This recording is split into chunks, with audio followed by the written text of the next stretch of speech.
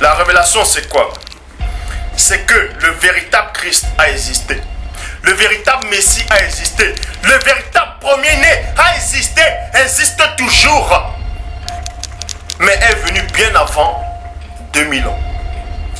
Le vrai Christ est venu bien avant l'histoire d'Osiris, bien avant Dionysos, bien avant Attis, bien avant Bouddha, bien avant Krishna.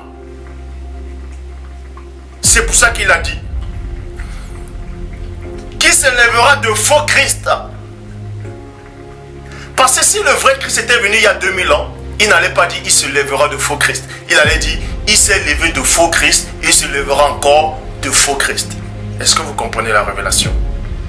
Ça veut dire ce Christ qui est arrivé il y a 2000 ans, c'est le faux Christ. Le véritable Christ qui était dans l'Afrique ancestrale a dit il se lèvera de faux Christ. Plusieurs viendront sous son nom. Son nom c'est quoi? Il n'a pas dit Yoshua, il n'a pas dit Jésus. Il a dit plusieurs viendront sous mon nom disant c'est moi qui suis le Christ. Parce que le Christ c'est le sauveur.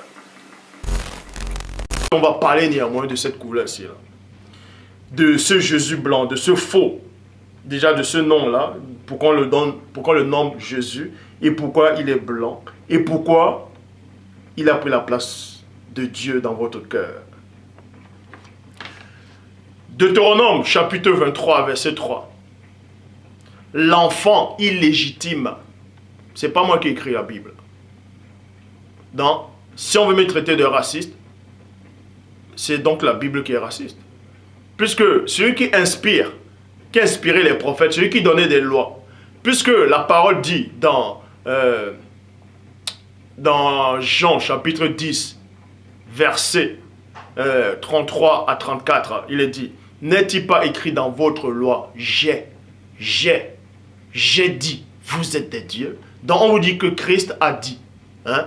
J'ai, c'est qui? C'est Christ qui parlait. Donc, supposons qu'alors que Christ soit blanc. Oui, on va entrer dans votre jeu. Supposons que Christ soit blanc et que moi je me suis trompé en disant que Christ soit noir. Je me repens devant tout le monde. Mais avant de dire que je me repens, on va d'abord bien examiner cette couleur. Supposons que Christ soit réellement ça, qu'il soit blanc là, et qu'on le nomme même Jésus, qu'il soit Dieu lui-même, qu'il soit le Saint-Esprit, et qu'il a pris une forme humaine, qui a rempli 3 fonctions. Acceptons à une petite fraction de seconde que Christ soit blanc, exactement, que c'est Dieu lui-même qui est venu sous forme humaine. Bon. Et vous savez qu'il est dit que toute écriture qui est inspirée de Dieu est bon pour corriger, pour instruire, pour... Voilà. Expliquez-moi donc maintenant Deutéronome chapitre 23. Je lis bien. Deutéronome chapitre 23 verset 3 qui dit: l'enfant illégitime ne sera pas admis dans l'assemblée du Seigneur. Sa 10e génération même ne pourra pas y être admise. Point. Donc, si ce personnage-ci, c'est votre Dieu, c'est que c'est lui qui a inspiré les Écritures, nous sommes d'accord. Maintenant, il inspire Moïse, il dit que les métis, c'est-à-dire plutôt les enfants illégitimes, ne doivent pas entrer dans son assemblée à lui. Même la 10e génération des enfants illégitimes. Maintenant, nous allons donc voir c'est quoi un enfant illégitime selon ce verset-là. Bible pastorale de Marais de Sousse dit: le métis n'entrera pas non plus dans l'assemblée du Seigneur jusqu'à sa 10e génération. Donc, si lui là, c'est votre Dieu, il se condamne lui-même, non? Ou bien il se contredit lui-même. Puisque cette couleur-ci ne doit pas entrer dans sa propre assemblée. Comment se fait-il que il inspire que le métis n'entrera pas, ainsi que les parents, c'est-à-dire les blancs n'entreront pas dans son assemblée, et lui, il vient naître en tant que blanc. On ne veut pas qu'il y ait une contradiction. Ce n'est pas une contradiction, ça. Or, il est dit dans Nombre 23, 19 que Dieu n'est point homme pour mentir, ni fils d'homme pour se repentir. Ben, il s'est repenti.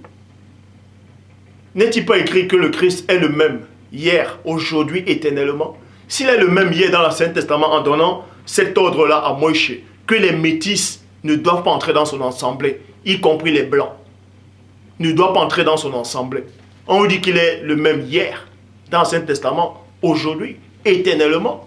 Donc quand il disait cela, puisqu'il est au-dessus du temps et de l'espace, donc quand il disait cela, et votre époque ici, hein, c'est une fraction de seconde qui s'est écoulée. Donc, en quelques fractions, millième de seconde, il a réfléchi, il a dit, ah tiens, ah non, ce n'est pas une bonne loi ça.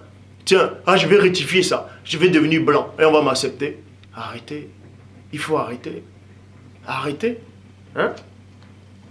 Donc, Bible des peuples, le métis non plus n'entrera pas dans la communauté de Yahvé, de Yahweh. Même à la 10e génération, il est exclu.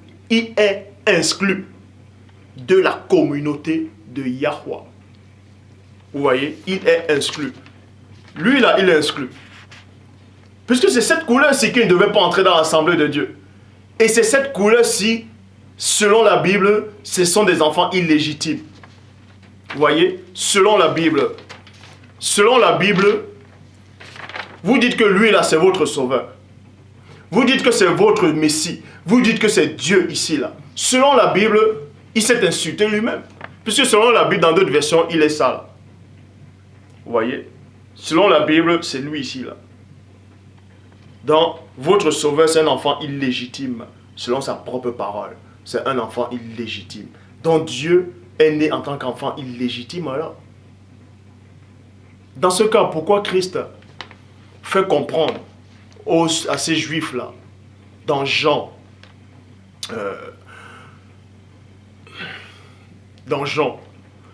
que vous êtes des enfants illégitimes? Que ces juifs-là qui l'accusaient étaient des enfants illégitimes.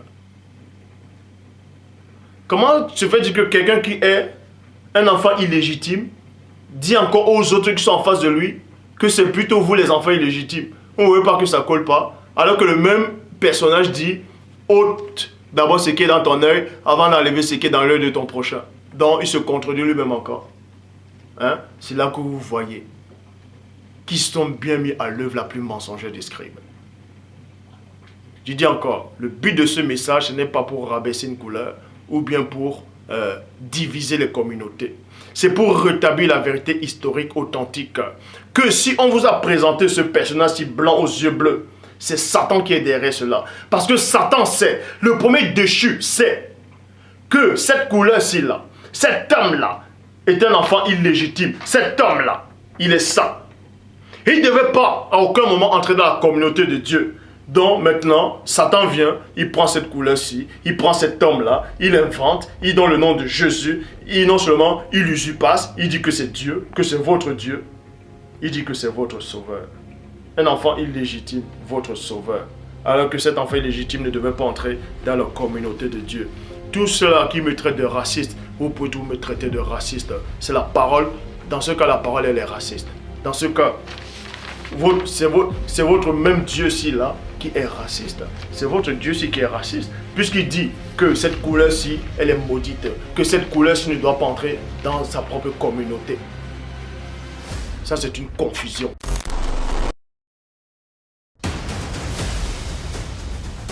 On vous a présenté cette abomination, ce démon. Je dis bien, ce démon. Ce démon. Voilà, voici votre Dieu. Regardez ce que je fais de votre Dieu. Voilà ce que je fais de votre sauveur. De votre abomination. De votre Messie. Voici votre Messie que les Occidentaux vous ont amené en Afrique. Vous voyez. Donc, avant de venir enseigner sur Internet que Dieu m'a dit, le Saint-Esprit de Dieu m'a dit, lisez d'abord votre propre Bible. Parce que tous les propos que j'ai déjà dit, je ne les invente pas. Je le dis, c'est marqué dans la Bible. Et je ne les sors pas de leur contexte. Je dis encore, je ne suis pas venu apporter la discorde. Ou bien dire que Dieu est noir, qu'on doit rentrer en Afrique. Non. Je suis venu apporter ce que le Père a déjà expliqué dans les Écritures. C'est ce que je suis venu restaurer, la vérité authentique.